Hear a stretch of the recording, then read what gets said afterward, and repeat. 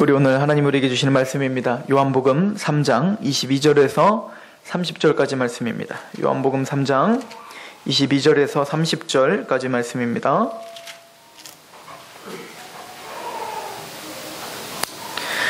요한복음 3장 22절에서 30절까지 말씀.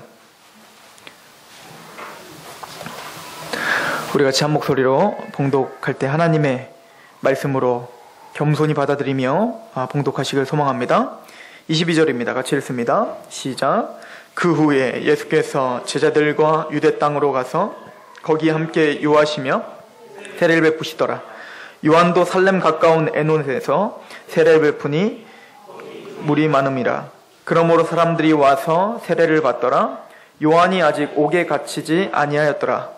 이에 요한의 제자 중에서 한 유대인과 더불어 정결 예식에 대하여 변론이 되었더니 그들이 요한에게 가서 이르되 랍비여, 선생님과 함께 요단강 저편에 있던 이곳 선생님이 증언하시던 이가 세례를 베풀매 사람이 다 그에게로 가더이다.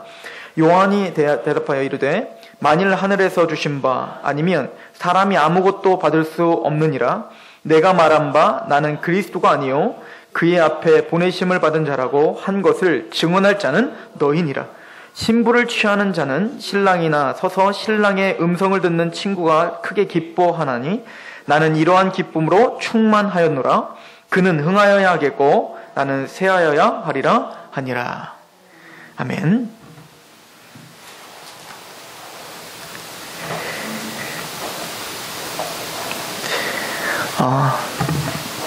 예전에 뉴스에 기가 막힌 뉴스가 하나 나왔었는데 우리가 잘 알고 있는 제과점 업체 중에 두 업체가 있지요.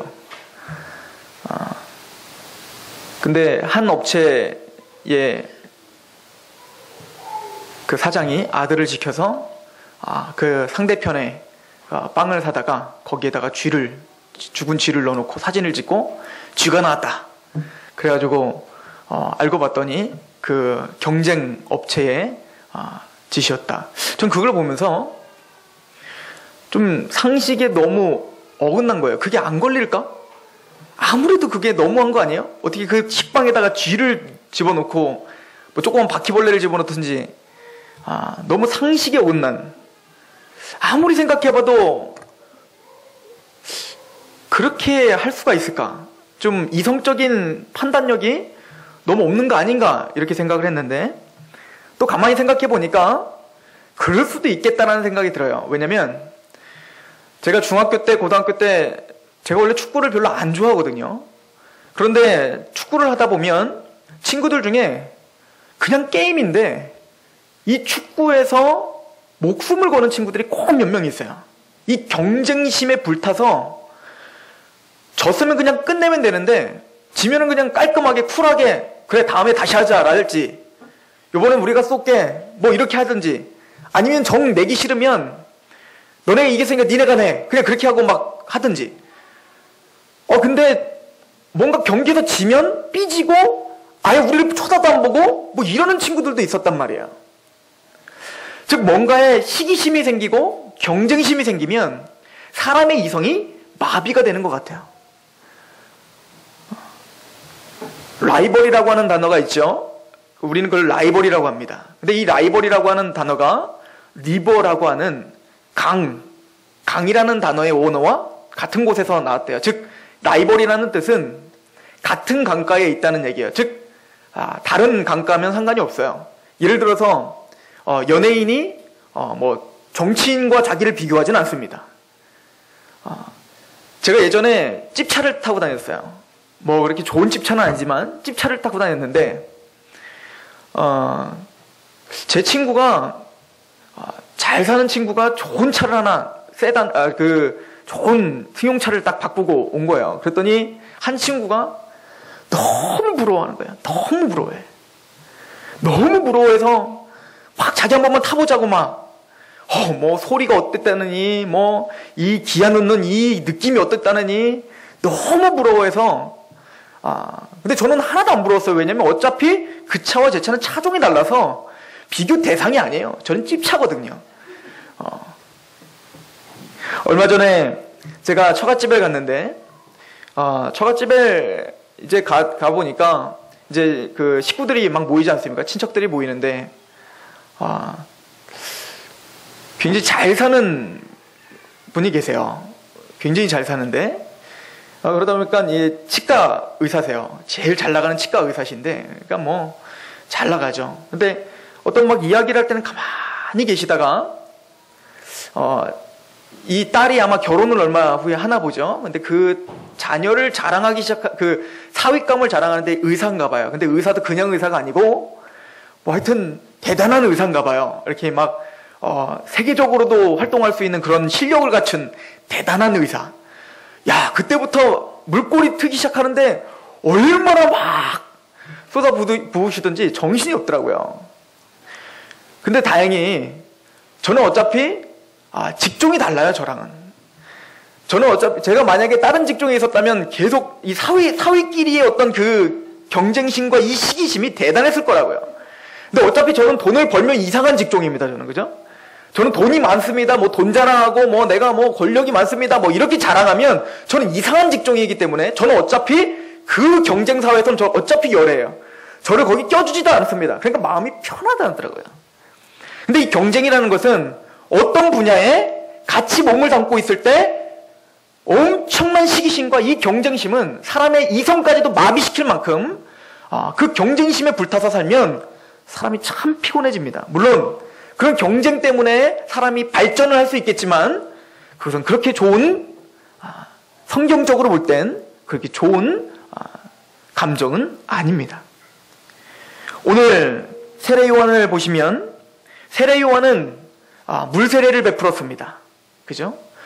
이 물세례는 세례 요한이 처음 만드는 것을 베푼 거예요. 세례 요한이 거의 창시자입니다. 그런데 오늘 본문에 보면 예수님께서 세례를 베푸시기 시작합니다. 이제 같은 강가에 들어간 겁니다. 이해가십니까? 그리고 놀라운 사실은 이 세례 요한을 따랐던 그 많은 무리들이 다 예수님에게로 다 넘어간 거예요. 세례 요한이 예수님께서 그 공생애를 30세에 시작하실 때는 이미 세례 요한은 어느 정도 영향력을 끼치고 아마 유대 땅의 가장 유명한 아마 선지자가 있었을 때입니다. 게다가 이 세례 요한은요, 예수님보다 먼저 일을 시작했을 뿐만 아니라 예수님은 한낱 목수의 아들입니다. 세상적으로 볼 때, 인간적으로 볼 때 예수님은 한낱 목수의 아들이고요. 세례 요한은 출신이 달라요. 세례 요한은 제사장의 자녀입니다. 그래서 이 세례 요한의 아버지 사가랴는 제사장이었어요. 그러니까 그 당시 최고 엘리트입니다. 그리고 가장 존경을 받는 집안의 자제예요. 게다가 나이로도 세례 요한과 이 예수님이 아마 먼 친척이었던 것 같아요. 그런데 예수님이 동생이에요. 오늘날보다도 예수님 시대에 유대인은 특히 이 형과 아우 이걸 굉장히 많이 따졌거든요. 여러모로 보나 세례 요한이 훨씬 더 난 배경을 갖고 있고 또 세례 요한을 그렇게 따르고 있던 또 세례 요한이 먼저 줬던 그 물세례를 예수님께서 동일하게 지금 베푸시고 계시는 겁니다. 그런데 이 세례 요한은 우리가 오늘 본문에서 본 것처럼 그 세례 요한은 예수님은 흥해야 되고 나는 쇠해야 된다. 이 성경이니까 우리 그렇게 쉽게 보지 마시고요. 여러분들이 만약에 세례 요한의 입장이 되셨으면 그걸 용납하셨겠냐 말입니다. 그 당시에 많은 제사장들은 예수님을 십자가에 못 박았습니다. 그 이유가 뭡니까? 기득권 때문에 그랬어요. 기득권. 지금 종교 지도자, 바리새인, 서기관, 제사장 그 많은 무리들은 예수 그리스도께서 인기가 많이 주어지고 메시아라고 말하고 또 자기들의 가르침을 틀렸다고 자꾸 반박하고 있기 때문에 그 기득권을 놓치기 싫어서 어떻게 합니까? 그 예수님을 십자가에 매달게 했단 말이에요. 또한 지금 세례 요한에서 떠나서 지금 예수님에게로 간 그 무리들, 이 무리들도 사실은 문제가 있어요. 이 무리들은 뭘 보고 지금 간 겁니까? 예수님에게 가면 신기한 것들을 많이 보거든요. 먹을 걸 주고요. 그리고 병고침이 있고요. 막 신비한 것들 것들이 예수님에게 끊임없이 나타나는 거예요. 그래서 예수님을 따라다녀요. 우리가 이미 요한복음 강의에서 그 신앙은 제대로 된 신앙이 아니라는 걸 우리는 점검했습니다. 예수님께서 그들을 멀리했다는 걸 우리는 알고 있습니다.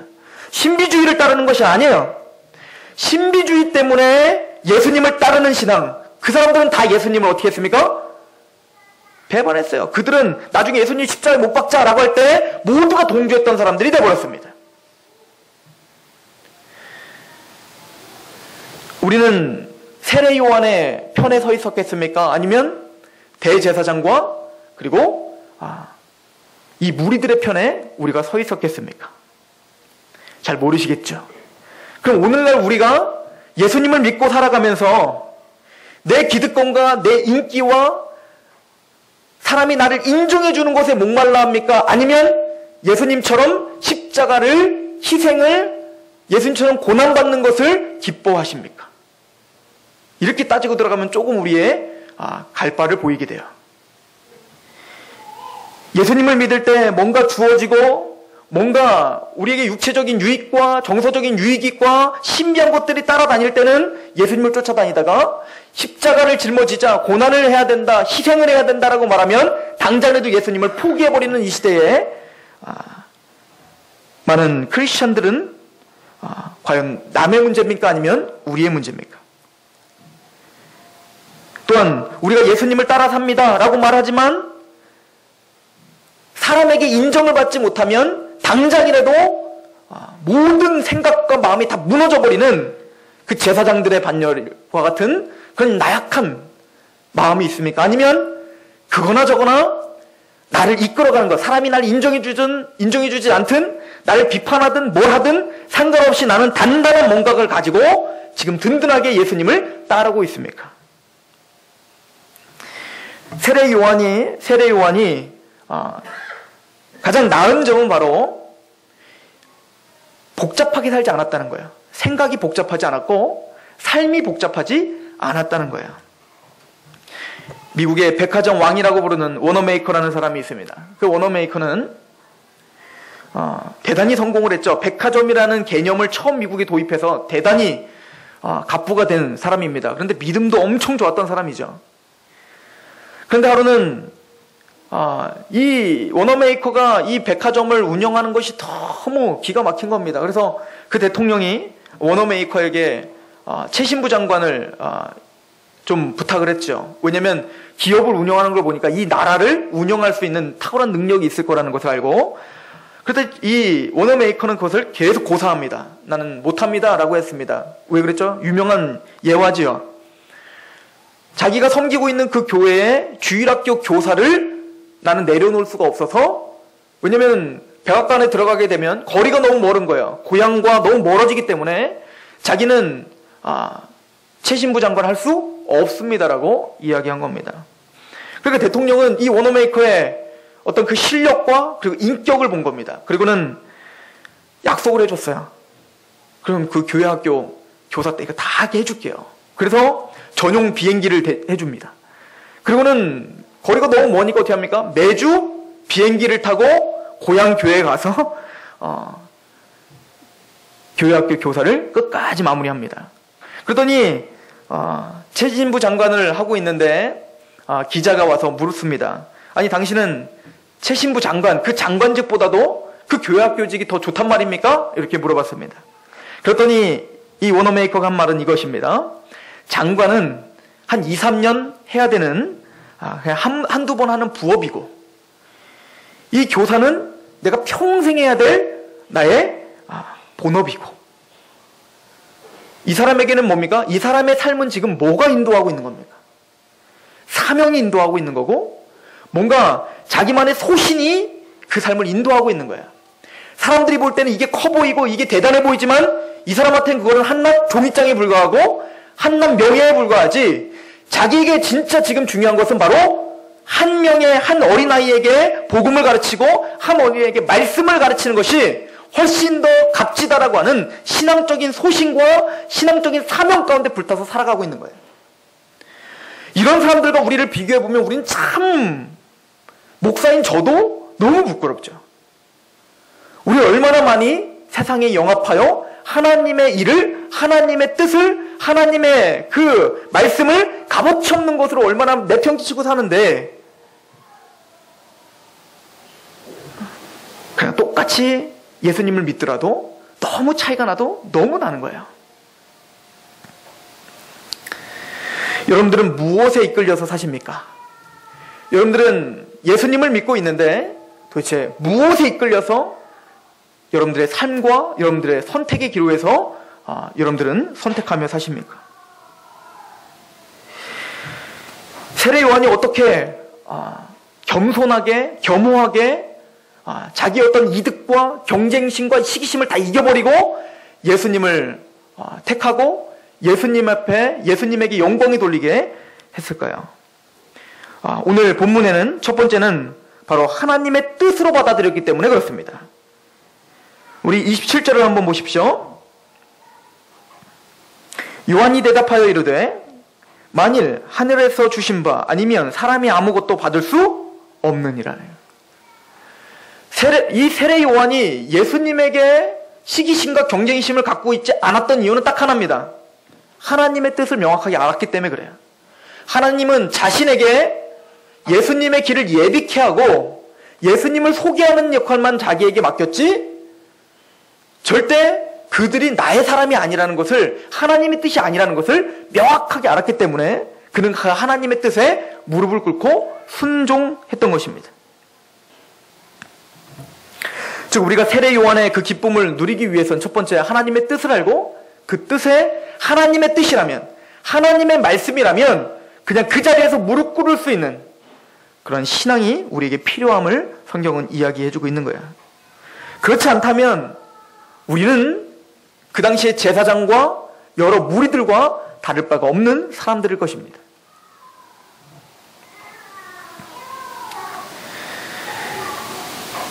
세례 요한에게는 그 뜻이, 그 확신이 있었던 거야. 이 예수님, 어린 양 되시는 이분을 통하여 하나님의 일이 이루어지고 구원이 이루어진다. 그래서 로마서 12장에 보면 우리가 이제는 구원을 받은 하나님의 백성으로 우리의 몸을 거룩한 산제물로 드립니다 라고 말을 하고, 그러기 위해서 우리에게 필요한 것은 뭐냐면 하나님의 뜻을 분별할 수 있도록 그 분별을 달라라고 이야기를 합니다. 즉 그래서 우리는 성경을 봅니다. 왜요? 하나님의 뜻을 분별하기 위하여. 우리의 생각대로 신앙생활하는 게 아니라, 내 마음대로 신앙생활하는 게 아니라 하나님의 뜻대로 분별하여 신앙생활하기로 결정하는 겁니다. 두 번째, 세례 요한의 기쁨은 자신의 위치를 바로 알았다는 거예요. 우리 29절을 한번 보겠습니다. 요한복음 3장 29절 같이 한번 읽어봅니다. 시작. 신부를 취하는 자는 신랑이나 서서 신랑의 음성을 듣는 친구가 크게 기뻐하나니 나는 이러한 기쁨으로 충만하였노라. 세례 요한이 이런 이야기를 해요. 나는 신랑의 친구로서의 기쁨을 충분히 누리고 있다. 만약에 저의 결혼식 때 저의 친한 친구가 만약에 제가 제 아내랑 결혼하는 걸 보면서 막 슬퍼하고 막 눈물을 흘리고 그리고 막 시기를 하고 그리고 막 빼앗고 싶어하고 막 그런다면 그거는 친구입니까? 아닙니까? 아니라는 거죠. 마찬가지로 구원받은 하나님의 성도들은 신랑의 친구로서의 기쁨이 있어야 된다는 거야. 그럼 이게 무슨 말입니까? 자, 세례 요한의 기쁨은 뭐냐면 자신의 삶을 통하여, 자신의 사역을 통하여 온전히 누구에게 이 사람들을 소개하는 역할만 하는 겁니까? 예수님에게 소개하는 역할을 하는 거야. 자, 이 이야기는 꼭 이거 같아요. 사도 바울이 빌립보서 1장을 한번 보시겠습니까? 빌립보서 1장에 보시면 그 당시에 사도 바울을 시기하고 사도 바울을 미워했던 많은 사람들이 있었습니다. 사도 바울은 진짜 사도가 아니야, 이렇게 공격을 했던 많은 사람들이 있었습니다. 어떤 사람들은 복음을 전하면서도 경쟁심과 시기심으로 복음을 전하는 거야. 사도 바울이 지금 감옥에 갇혔습니다. 감옥에 갇히니까 겉봐라, 이 사도 바울은 진짜 사도가 아니었어, 그러면서 사도 바울을 깔아뭉개면서 내가 전하는 복음이 더 나아, 그러면서 복음을 전했던 겁니다. 그때 여러분들은 어떤 마음이 들겠습니까? 너무너무 화나지 않겠습니까? 억울한 거 아닙니까? 자신에 대해서 너무 헛소문이 지금 돌고 있는 거 아닙니까? 그런데 사도 바울은 그거에 대해서 뭐라고 이야기하는지 보십시오. 1장 16절을 보시면 이들은 내가 복음을 변증하기 위하여 세우심을 받은 줄 알고 사랑으로 하나 그들은 나의 매임의 괴로움을 더하게 할 줄로 생각하여 순수하지 못하게 다툼으로 그리스도를 전파하느니라. 즉 예수님을 전파하긴 전파하는데 사도 바울은 거짓 사도야. 그러면서 사도 바울을 험담하고 사도 바울을 막 비난하면서 내가 전하는 복음이 훨씬 나라고 하면서 그렇게 전하는 거야. 그런데 사도 바울은 그런 상황 속에서 뭐라고 이야기하냐면 18절을 한번 보십시오. 그러면 무엇이냐? 거칠애로 하나 참으로 하나 무슨 방도로 하든지 전파되는 것은 그리스도니 이로써 나는 기뻐하고 또한 기뻐하리라. 옆에서 상대방은 나를 시기하고 나를 미워하고 나를 경쟁하고 있지만 사도 바울은 그를 경쟁 상대로 보지 않는 거예요. 설사 나를 비판하는 말로다가 복음을 전하고 있지만 사도 바울이 기쁜 이유는 딱 하나입니다. 어찌됐든 그 사람을 통해서 예수 그리스도가 전파되고 있다. 그것만으로 나는 족하다. 내가 욕을 먹든 내가 험담을 듣든 나를 벌레 취급하든 상관없다. 그들이 복음만 전하고 있다면 나는 그걸로 기뻐하는 것도 그냥 기뻐하는 게 아니라 크게 기뻐한다.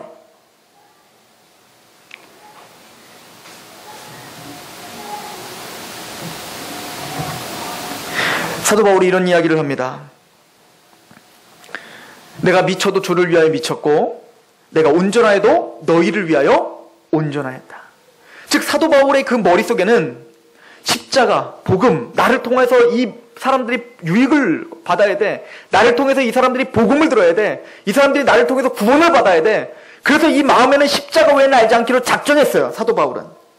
그러니까 사람들은 넌 미쳤다. 너의 지식 때문에 미쳤다. 그렇게 끊임없이 미쳤다는 소리를 듣는 거예요. 그때 사도 바울이 뭐라고 합니까? 맞다. 내가 미쳤어도 하나님을 위하여 난 미쳤다. 두 번째, 내가 정신이 온전하여도 나를 위함이 아니라 너희를 위함이다. 왜? 내가 정신을 온전히 차려 너희에게 그 뜨거운 감정으로 복음을 전해야 되기 때문에. 이것이 사도 바울의 온통 삶의 목적이었고 이거는 사도였기 때문에 그렇게 살았던 게 아니라 사도 바울이 나중에 헤롯에게 하는 얘기 뭡니까? 잡혀서 죽음 사형수로 끌려가는 그 사도 바울이 뭐라고 말합니까? 감옥에 갇힌 것 외에는 다 모두가 나와 같이 되기를 원하노라. 그러므로 이 얘기는 단순히 목사를 위한 말씀이 아니라 전도사를 위한 말씀이 아니라 저와 여러분들을 위한 말씀이라는 거예요.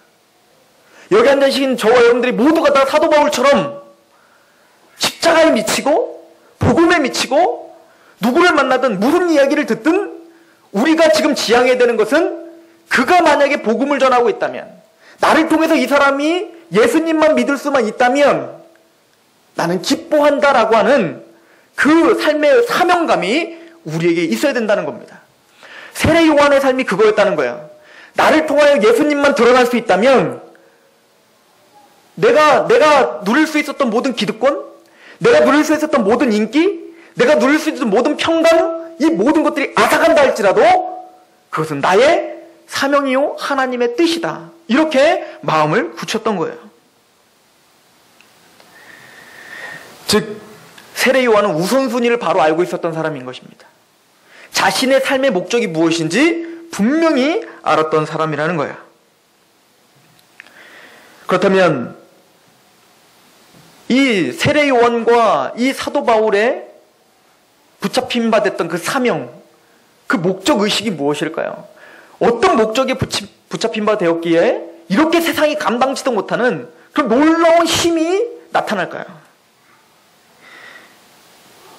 이렇게 돼버리면 아마 공격하고 있는 그 세례 요한을 비난하고 있는 그들도 재미없을 거예요.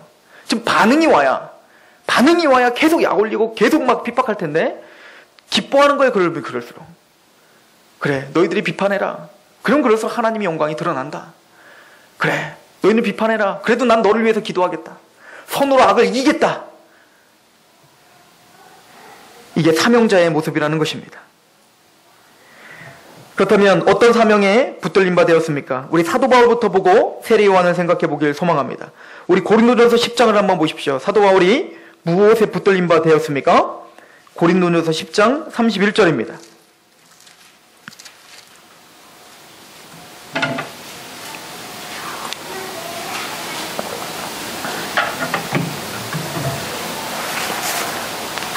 같이 봉독합니다. 시작. 그런즉 너희가 먹든지 마시든지 무엇을 하든지 다 하나님의 영광을 위하여 하라. 사도 바울의 목적은 이거였습니다. 먹든지 마시든지 무엇을 하든지 하나님의 영광, 예수 그리스도의 영광. 세례 요한의 사명도 이거였습니다. 내가 무엇을 하든 예수 그리스도만 드러나면 돼. 내가 뭘 하든 나를 통하여 예수 그리스도를 전파되면 돼. 나를 만나는 모든 사람들을, 그 많은 사람들을 다 예수 그리스도를 만나게 하시면 돼. 그리고 아까 세례 요한이 뭐라고 하는지 아십니까? 아니 선생님의 모든 제자들이 다, 무리들이 다 예수님에게 갑니다. 그에게 세례를 받습니다. 그랬더니 그 세례 요한이 오늘 본문에 뭐라고 말하냐면, 맞다. 그는 흥해야 되고 나는 쇠해야 된다. 그리고 이걸 전파해야 되는 거 바로 너희다. 너희도 가서 빨리 세례 요한을 쫓지 말고 이제는 예수님을 쫓으십시오라고 빨리 선포하고 다니라. 왜죠? 세례 요한의 마음엔 나를 통하여 누가 영광을 받아야 되기 때문에 예수님이 영광 받아야 되니까. 이것이 세례 요한과 사도 바울의 가득한 마음이었던 거야. 나를 통하여 예수님이 영광 받아야 돼. 내가 먹든지 말을 하든지 어딜 가든지 무엇을 하든지, 즉 예배자로 난 승리해야 돼. 내가 일을 하고 있더라도 그 일을 통하여 하나님이 영광을 받아야 돼. 내가 무엇인가 판단하고 선택할 때 이 선택으로 하나님이 영광을 받으셔야 돼. 이렇게 끊임없이 생각하고 그렇게 움직였다는 거예요. 그럼 구체적으로 어떻게 해야 그러면 하나님의 영광을 드리며 사는 것입니까? 너무 막연하잖아요. 그래, 하나님의 영광을 위해서 어떻게 해야 되지?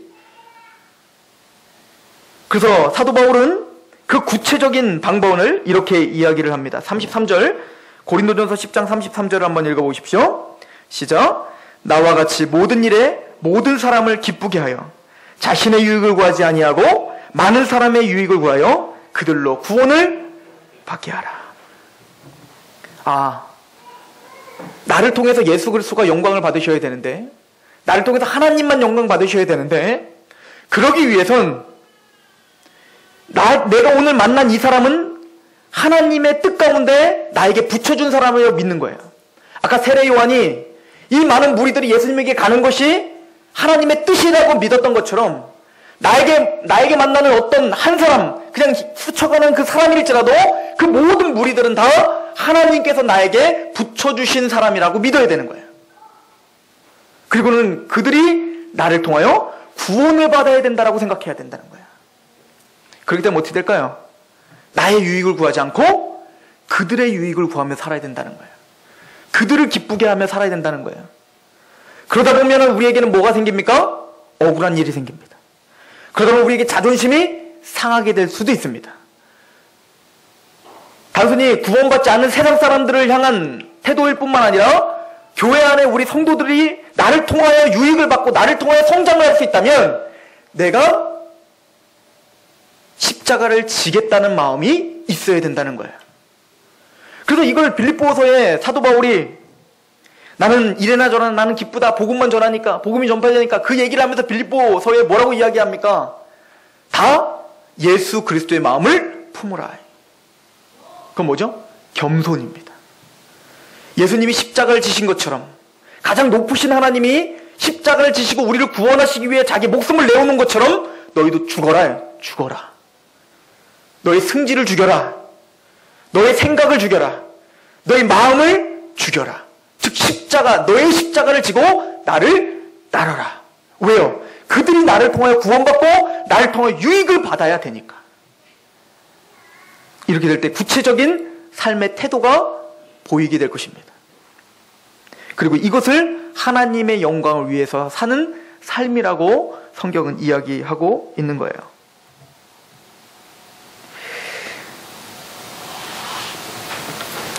조지 위필드라고 하는 17세기에 대부흥을 일으켰던 위대한 목회자가 있습니다. 이 조지 위필드가 얼마나 위대했냐면요, 얼마나 성령님에 사로잡힌 바 됐냐면 복음을 전하면 하여튼 어디만 있건 복음을 막 외치고 전했는데, 배에서, 영국에서 이제 미국으로 가는 그 배를 타고 가는데, 거기서 이제 선원들과 많은 사람들에게 복음을 전해서 회심의 역사가 일어났는데, 옆에서 배가 이렇게 지나갈 거 아니에요? 지나가는데 그 복음이 들린 거예요. 그래서 지나가면서 이 배에 다 회심해버린 거예요. 그 정도로 하나님이 능력으로 쓰셨던 사람입니다. 그런데 이 사람이 감리교라고 하면 우리 보통 웨슬리를 생각을 많이 합니다. 근데 원래 감리교는 두 파가 있었어요. 한 감리교는 칼빈주의 감리교와 한 감리교는 알미니안 감리교인데, 이 칼빈주의 감리교는 장로교와 비슷한 똑같은 교리를 갖고 있는 감리교고, 한 감리교는 알미니안이라 해서 사람의 책임을 더 강조하는 감리교입니다. 근데 지금은 웨슬리를 따르는 사람의 책임을 강조하는 감리교만 남아있어요. 영국에 조금만 칼빈주의 감리교가 좀 남아있어요. 장로교와 같은 감리교가 남아있는데, 조지 휘필드는 바로 그 칼빈주의 감리교의 수장이었습니다. 그리고 감리교를 처음 조직하고 처음 힘있게 사역했던 것도 바로 조지 휘필드예요. 그런데 이 조지 휘필드는 미국에 가서 사역하고 미국에서 대부흥을 일으키면서 4년 동안 영국을 떠나 있었던 겁니다. 그러니까 그 수장이었던 조지 휘필드가 떠나니까 얼마나 힘들었겠어요. 칼빈주의 감리교가 얼마나 힘들었겠습니까?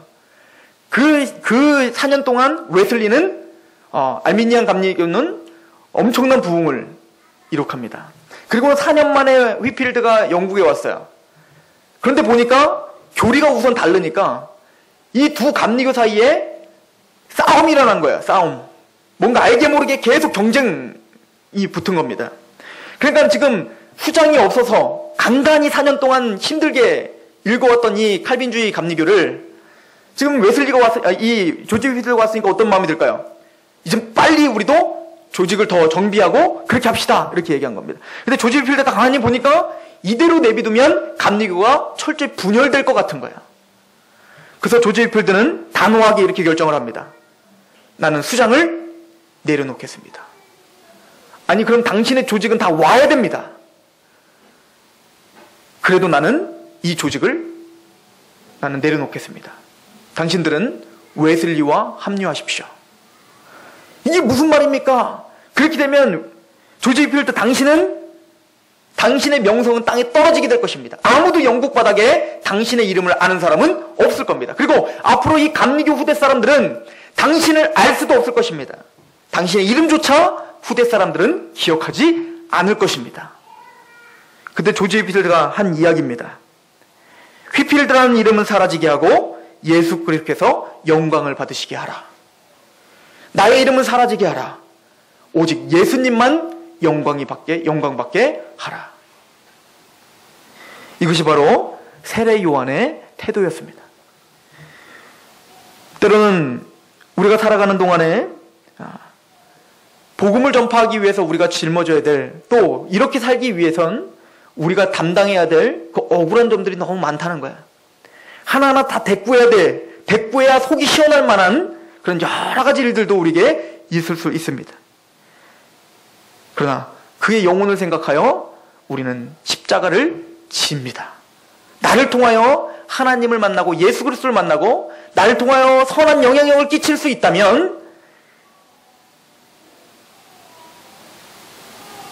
거기서 무릎 꿇고 예수 그리스도께 나의 인생을 올려드리는 그 태도. 오늘 본문은 세례 요한, 그 세례 요한을 통하여 그 태도를 우리 성도들에게 요구하고 있습니다. 하나님의 뜻 가운데 세례 요한과 같은 그 기쁨, 신랑의 친구로서 마땅히 하나님의 그 예수 그리스도와 나에게 맡겨주신 많은 영혼들을 만나게 하고 그 만남을 통하여 기뻐하는 그런 신랑의 친구로서의 그 기쁨이 저와 여러분들의 삶 속에 가득하시길 소망합니다. 기도하겠습니다.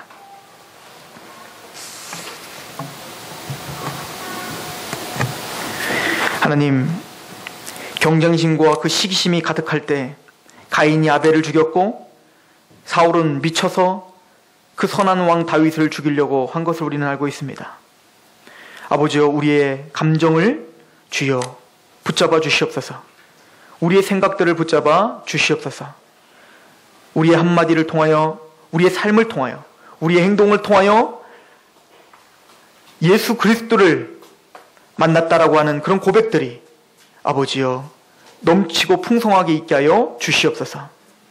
아버지여 이 땅의 것을 생각하기보다 하나님의 것을, 하늘의 것을, 또 하나님의 인정을 받을 것을 생각함으로 능력으로 아버지 승리할 수 있는 삶이 우리 거룩한 하나님의 성도들에게 있게 하여 주시옵소서.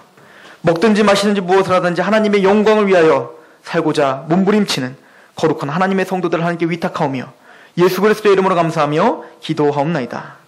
아멘.